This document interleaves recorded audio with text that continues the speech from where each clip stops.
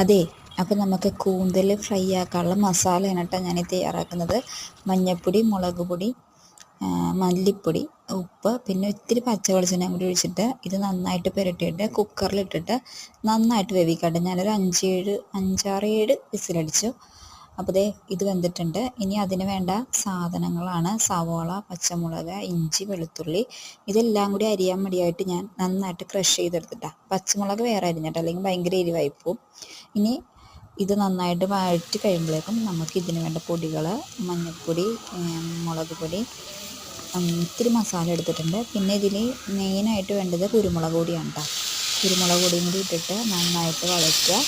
നന്നായിട്ട് മുരിഞ്ഞ് കഴിയുമ്പോഴേക്കും നമ്മുടെ വേവിച്ച് വെച്ചേക്കുന്ന കൂന്തൽ ഇതിലോട്ടിട്ടിട്ട് നന്നായിട്ട് ഇളക്കി കുറച്ച് നേരം സിമ്മിൽ വെക്കാം കേട്ടോ. അപ്പോൾ ആ ഗ്രേവിയൊക്കെ കുറുകി എണ്ണയൊക്കെ തെളിഞ്ഞ് വരുമ്പോഴേക്കും നമ്മുടെ ഫ്രൈ എന്നത് പറയാൻ പറ്റില്ല, കാരണം ഞാനിത്തിരി ഗ്രേവി ആയിട്ടാണ് എടുത്തത്. അപ്പോൾ റോസ്റ്റ് എന്ന് പറയാം കേട്ടോ. ഫ്രൈ ആക്കേണ്ട ആൾക്കാർക്ക് ഇതൊന്നും കൂടെ സിമ്മിൽ വെച്ചിട്ട് നന്നായിട്ട് വറ്റിച്ച് ഫ്രൈ ആക്കി എടുക്കാം കേട്ടോ. വെള്ളമൊക്കെ വറ്റിച്ച് നന്നായിട്ട് ഫ്രൈ ആക്കി എടുത്ത് കഴിഞ്ഞാൽ നല്ല ടേസ്റ്റാണ്. പിന്നെ ഇത്തിരി തേങ്ങാക്കൊത്തും കൂടി ഇട്ട് കഴിഞ്ഞാൽ കറി സൂപ്പറാണ് കേട്ടോ ഗൈസ്. അപ്പോൾ എല്ലാവരും ഒന്ന് ട്രൈ ചെയ്ത് നോക്കണേ. അപ്പോൾ ഞാൻ പോയി കഴിക്കട്ടെ കേട്ടോ.